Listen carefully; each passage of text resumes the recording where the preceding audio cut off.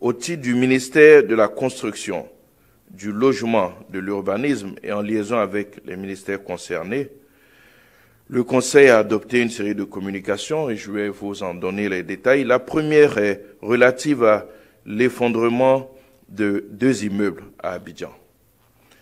En effet, le dimanche 27 février 2022, un immeuble R+6 en construction, c'est-à-dire au stade donc des grosses œuvres, s'est effondré dans la commune de Treichville.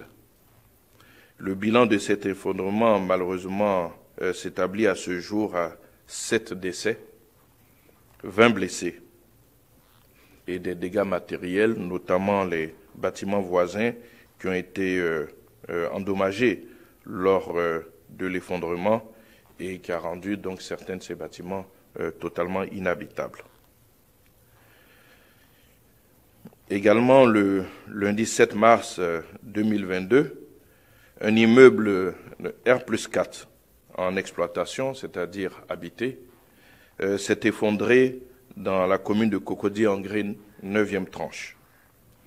Le bilan de cet effondrement s'établit à ce jour comme suit, hélas, à 6 décès, 30 personnes secourues, dont 13 évacuées dans les formations sanitaires et de nombreux dégâts matériels. Il est important de noter qu'aucun des 2 bâtiments effondrés ne disposait de permis de construire. Dans le cas du premier bâtiment, il avait reçu déjà des notifications, donc après les visites des différents responsables de zone, notamment à Treichville, d'arrêt de travaux. 3 notifications avaient été faites et au moment où l'immeuble s'effondrait, donc les travaux étaient arrêtés.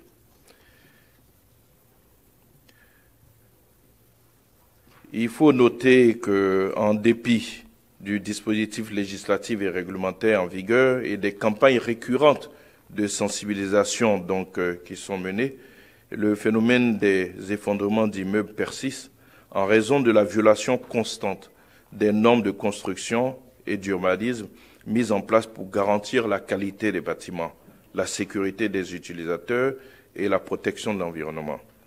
Aussi, le Conseil a arrêté diverses mesures en vue de renforcer l'action de contrôle des constructions et de réprimer ce phénomène. Je vais vous en donner quelques-unes, mais bien entendu, le détail de ces mesures sera disponible donc dans le journal officiel où sera publié donc ce communiqué. Il s'agit de la mise en place de la brigade de contrôle mixte, incluant les mairies, les districts et la direction de l'assainissement urbain et du drainage.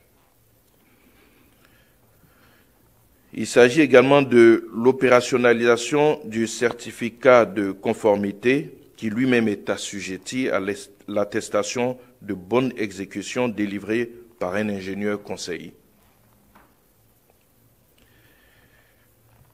Il s'agit de la prise de sanctions administratives contre les responsables administratifs ayant laissé poursuivre des travaux de construction non régularisés. À ce titre, je voudrais vous indiquer que pour les deux communes concernées, les chefs de zone de ces 2 communes ont été suspendus de leurs fonctions et comme vous le savez, tel que c'est indiqué dans notre code de procédure pénale, en cas d'homicide, une instruction est automatiquement ouverte et pour l'heure, je peux vous informer que les 2 propriétaires de ces 2 immeubles ont été interpellés.